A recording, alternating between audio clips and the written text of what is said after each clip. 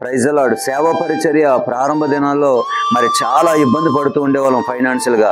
మరి ఆ ప్రారంభ దినాల్లో చూస్తే ఇంట్లో తినడానికి కూడా ఆహారం లేనటువంటి పరిస్థితి ఉండేదండి.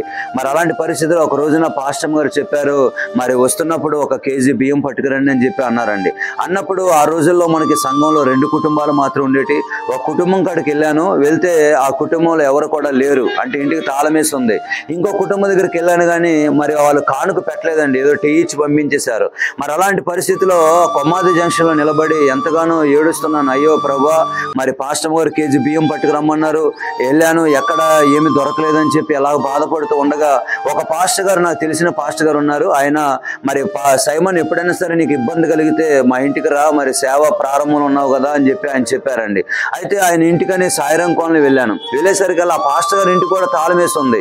అలాంటి పరిస్థితిలో అయ్యో ఏంటి ఎంత దూరం వచ్చాను, అయినా కూడా పాస్టర్ గారికి కూడా లేరు అని చెప్పి మరి ఎంతో బాధతో వస్తున్నటువంటి సమయంలో అక్కడ నాకు తెలిసిన ఒక బ్రదర్ ఉన్నారండి. మరి ఆయన అక్కడ ఉంటారన్న సంగతి కూడా నాకు తెలియదు. అయితే వెంటనే ఆయన ఏమన్నారంటే, పాస్టర్ గారు ఏంటి మా ఊరు వచ్చారు, మరి ఏంటి విశేషం అని అంటే, ఏం లేదండి ఇక్కడ పాస్టర్ గారి దగ్గరికి వచ్చానండి, చిన్న పని మీద వచ్చానని అంటే, ఈ రోజున మా అబ్బాయి పుట్టినరోజు అండి, మరి మా అబ్బాయి మరణాతలో బైబిల్ ట్రైనింగ్లో ఉన్నారు, మరి ఒకసారి రండి పాస్టర్ గారు సేమియా తాగేసి ప్రార్థన చేసి వెళ్దురని మరి పిలవడం జరిగింది. మరి ఆ సందర్భంలో వాళ్ళ ఇంటికి వెళ్ళాను. ఇంటికి వెళ్ళిన తర్వాత ఏదో వాళ్ళు సేమియా ఇచ్చారు, తాగాను, ప్రార్థన చేశాను. ప్రార్థన చేసిన తర్వాత మరి బయటికి మరి అతనికి చెప్పి వెళ్ళొస్తానండి అని చెప్పి ఆ బయటకు వచ్చిన తర్వాత చూసుకుంటే మరి అతను ఒక 50 రూపాయలు కానుక పెట్టారండి. పెట్టిన తర్వాత మరి సరే మంచిది, మరి వెళ్ళినప్పుడు బియ్యం పట్టుకెళ్ళొచ్చు అని చెప్పి నేను ఎంతో సంతోషంగా మరి ఆ యొక్క లైన్ చివరి వరకు వెళ్ళిపోతున్నాను. వెళ్ళిపోతున్న సమయంలో వెనక నుంచి ఇతనే కేక వేస్తున్నారు. వెనక నుంచి కేక వేస్తున్నారు, నాకు వినబట్టలేదండి.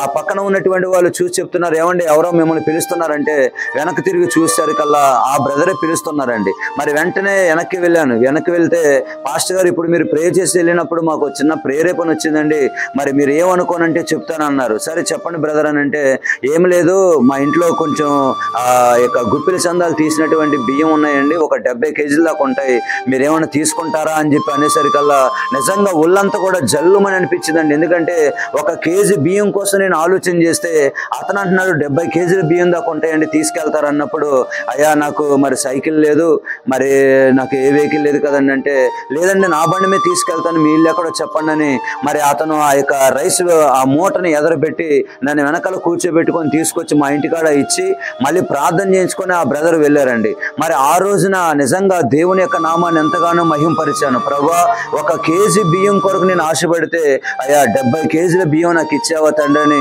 మరి ప్రభు నామాన్ని ఎంతగానో మహింపరచడం జరిగింది. అది మొదలుకొని మరి పాస్టర్ గారి ఇద్దరం కూడా మరి కన్నీరు గార్చి ప్రార్థన చేయడం ప్రారంభించామండి. ఎప్పుడైతే ప్రార్థన చేశామో ఆ ప్రార్థనలోనే పాస్టర్ గారికి ఒక దర్శనం వచ్చిందండి. ఆ దర్శనం ఏంటంటే బీరువా ఓపెన్ చేసినట్టుగా, ఆ బీరువాలోంచి డబ్బులు పడుతున్నట్లుగా, మళ్ళీ పాస్టర్ గారు తీసి పైన పెడుతున్నట్టుగా ఒక దర్శనం ఆమెకి రావడం జరిగింది. వచ్చేసరికల్లా మరి ఆ వెంటనే ఆ ప్రార్థన అయిన తర్వాత పాస్టర్ గారు ఈ విషయాలన్నీ కూడా చెప్పారు.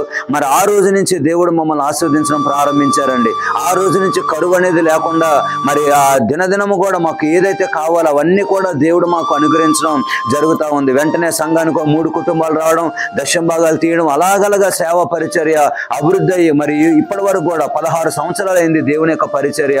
ఇప్పటి వరకు ఎలాంటి లోటు లేకుండా దేవుడు అన్ని కూడా సమృద్ధిగా అనుగ్రహించి నన్ను పోషిస్తున్నాడు. అలనాడు ఏలియాని ఎలాగైతే కాకోలము ద్వారా పోషించారో దేవుడు, ఆ విధంగా దేవుడు నన్ను పోషిస్తూ ఉన్నారు. ఈ రోజున మరి మీ జీవితాల్లో కూడా ఒకవేళ కరువుతో బాధతో ఒకవేళ మీరు బాధపడుతున్నట్లయితే, అయ్యో తినేదానికి లేదని బాధపడుతున్నట్లయితే, మన దేవుడు సర్వకృపానిధి సంపదల గనినటువంటి దేవుడు.